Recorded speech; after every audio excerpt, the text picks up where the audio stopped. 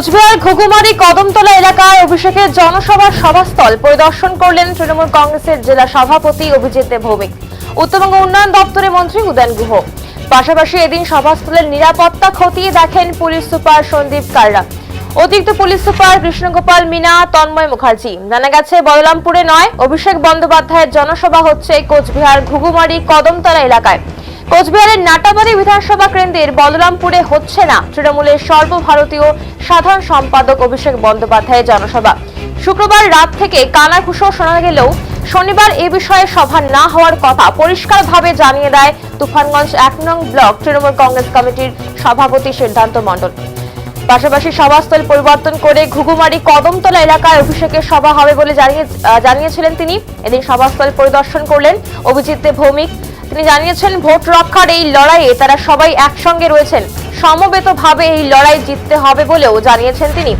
BJP নির্বাচন কমিশনকে নিয়ে জেতার যে বিকল্প পথ নিয়েছে তার বিরুদ্ধে যেভাবে দলের বিএলওরা লড়াই করছেন তাদের শুভেচ্ছা জানিয়ে ১৩ তারিখ ঐতিহাসিক জনসভা হবে বলে জানিয়েছেন তিনি।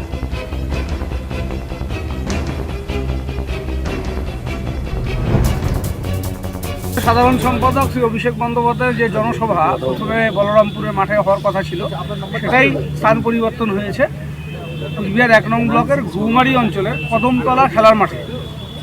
এই জনসভা আগামী ১৩ তারিখ বেলা ১২টায় কোচবিহারে আসছেন আমাদের সর্বভারতীয় সাধারণ সম্পাদক মাননীয় সাংসদ শ্রী অভিষেক বন্দ্যোপাধ্যায়। ভোট রক্ষার এই লড়াইয়ে আমরা সমবেতভাবে এই লড়াই আমাদের জিততে হবে। বাংলাকে পরাস্ত করবার জন্য যে বিকল্প পথ কেন্দ্রীয় সরকার এবং বিজেপি নির্বাচন কমিশনের আড়ালে নিয়েছে, তারই বিরুদ্ধে সোচ্চার হওয়ার জন্য যে লড়াই বিএলএ-2দের নেতৃত্বে আমরা ভোট রক্ষার লড়াই করছি।